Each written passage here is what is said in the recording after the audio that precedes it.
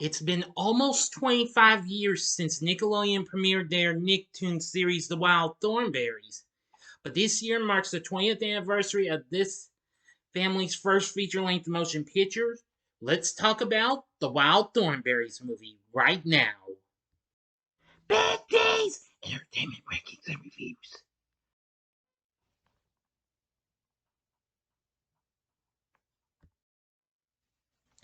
So, greetings, my fellow YouTubers, and welcome to Big D's Entertainment Rankings and Reviews.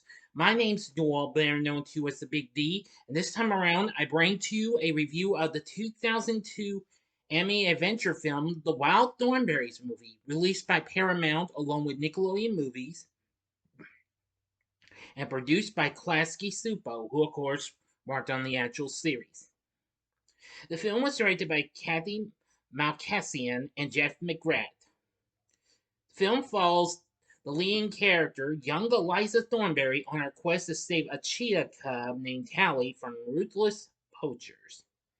This film did okay, well, modestly, but not great though. But it did get good reviews, however.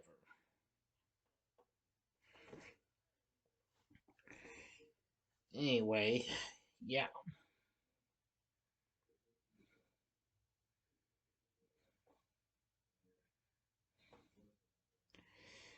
Oh, okay, let me see.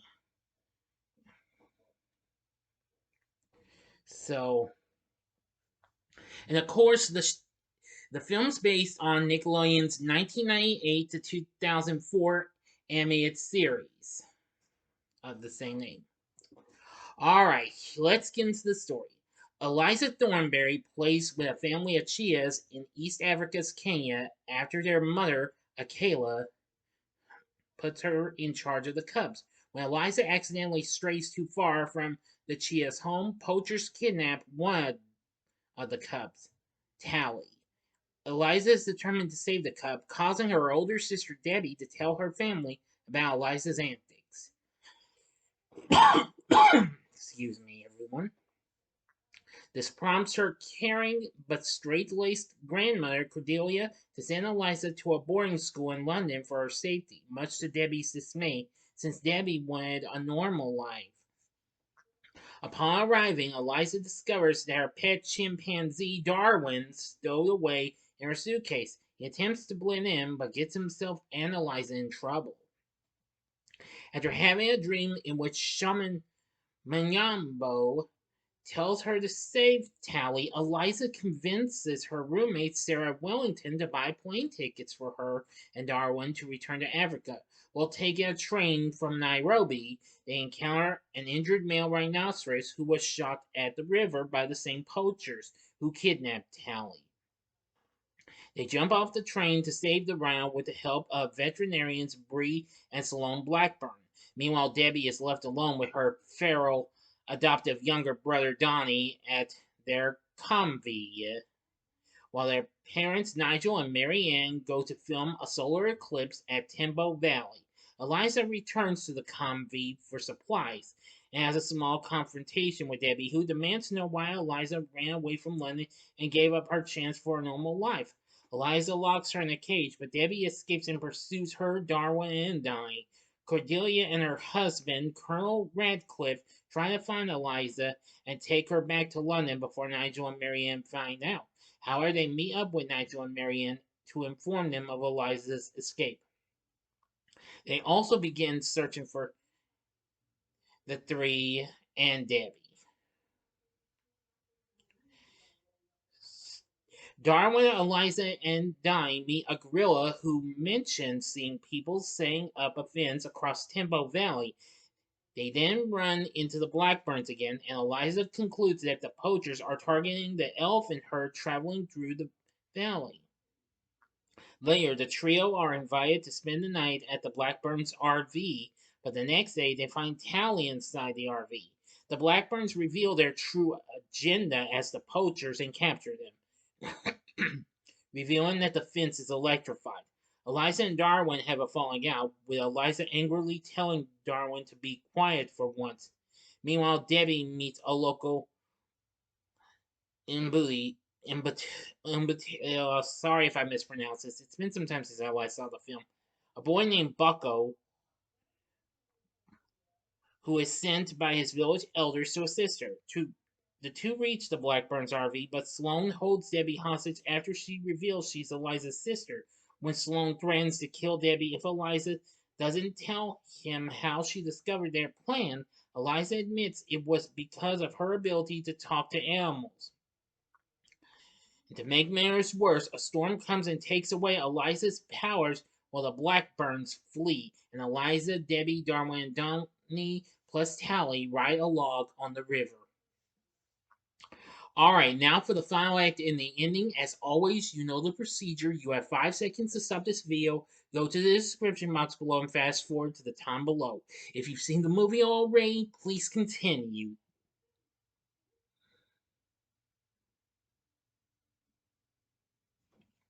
Okay, you've been warned. After the storm, Eliza tells Debbie about her ability to talk to animals and that she lost it because she revealed her secret to the Blackburns. Debbie reconciles with Eliza when she learns she gave up her powers to save her. They reach Tempo Valley in time to see the elephant herd heading for the electric fence. When Eliza becomes doubtful of herself, Debbie reminds her that she has been helping animals long before gaining her powers, restoring her confidence. The Blackburns, riding a helicopter, order their men to set off explosives, scaring the elephants and making them charge toward the fence. Eliza triggers the fence's electricity prematurely, causing the herd to stop temporarily, then convinces the lead elephant to turn around.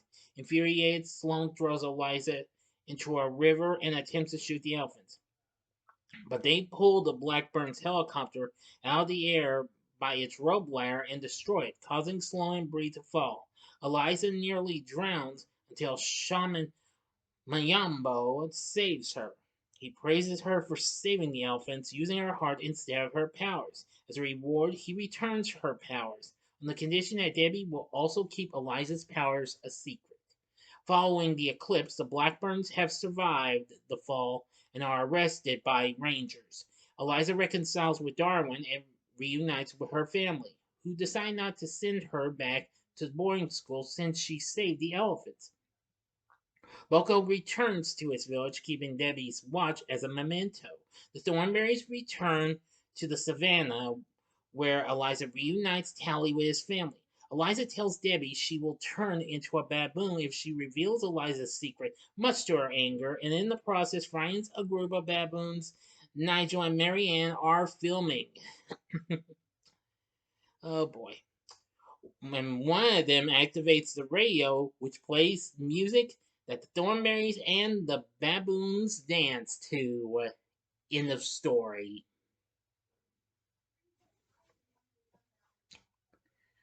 So, what did I think of the Wild Thornberrys movie? Well, after I've only seen it a few times, I will say I actually like it. It is a pretty underrated animated feature since it's based on a Nickelodeon film. This was the second one to come out because the same year Hey Arnold the movie came out, but that film didn't do too well. This did a little better than this, as the film kind of opened on December 20th, 2002, which is why I'm celebrating its anniversary just a week early before its anniversary because I'm completely booked for the 20th and what have you. Anyway, the film ended up with a modest 40 million domestically, well, because it came out the same week as The Lord of the Rings: The Two Towers, which a review of that is coming out. However, in light of generally favorable reviews, it managed to outgross its holiday animated feature behind Disney's Treasure Planet. Anyway, the film would go on to make 60 million worldwide. And again, it's gotten good reviews. According to Rotten Tomatoes, they say the film brings its beloved clan to the big screen for an animated adventure that should prove entertaining for all ages. I think it was really good. I will say this is probably another good film based on Nickelodeon film property that got put into a movie. Now, the Rugrats films were pretty good, which, of course, a half a year later, the following year, the Thornberrys will be back again in Rugrats Go Wild, where they team with Rugrats, who of course had their show also done by Klasky Supo, which the Thornberry series was actually the third Nicktoon to be produced by the studio because the second series was Real Monsters. Now, I have seen a few episodes of the Wild Thornberrys, not too many of them, but I've seen some of the show. But anyway, I thought it was really good, and it really is just as good as the show itself. Now, of course, you get the same voice acting cast for the main characters like you do in the TV series. Voicing Eliza Thornberry is Lacey Chabert. Voicing Nigel Thornberry and Colonel Radcliffe Thornberry is Tim Curry. Oh, I'm sure you know who that is. That man is. Joey Carlisle voices Marianne. Danielle Harris, who I'm sure a lot of you, my horror fans and Halloween fans, will know, but you're hearing me correctly. That is her. She once again voices Debbie. And Flea, you know, the bassist of the Red Hot Chili Peppers, once again does nice vocal effects. And Tom Kane once again voices Darwin. We also have Lynn Redgrave voicing Cordelia, Rupert Everett as Sloane, and Marissa Tomei as Bree. Plus, there's a host of others you get to hear, including Brock Pierce, Alfred Woodard, Cree Summer, Kevin Michael Richardson. Oh, the list goes on. Anyway, the Wild Thornberrys movie I thought was really good. And after seeing some of it, it almost kind of makes me feel like I'm seeing like some of those other films that involve animals, you know, like The Lion King or heck, even The Rescuers Down Under in ways. But even so, the Wild Thornberrys movie I think is very good. Another good thing about this is the film's score by Drew Newman, which was really good, which was released on the now defunct Jive Records label along with Nick Records. And it also featured a song from this called Father and Daughter, performed by Paul Simon. Of course, you know him of Simon and Garfunkel fame, and of course, he had a big solo career.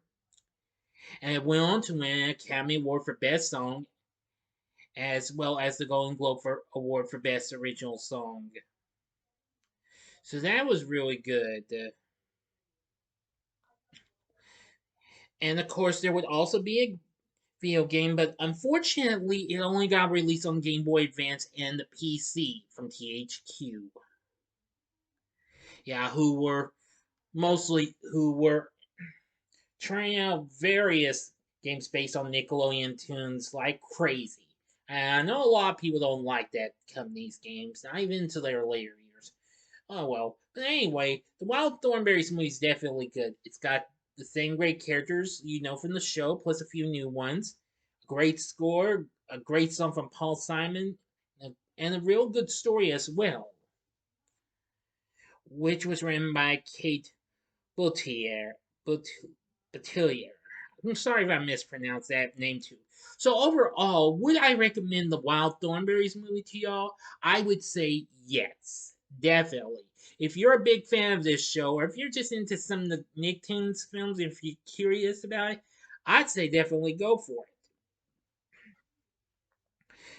It's very good, and I thought it was very, very good. I think this would probably be probably ranked up there with 10 of my favorite Nickelodeon animated feature films. But let's not try to jump to any conclusions. I think there were so many animated films from Nickelodeon, but well, again, let's not jump to any conclusions or what have you yet. So, what are your thoughts on the Wild Thornberrys movie? Let me know in the comments section below. If you like this video, click the like button, subscribe, and be a part of the Big D Nation.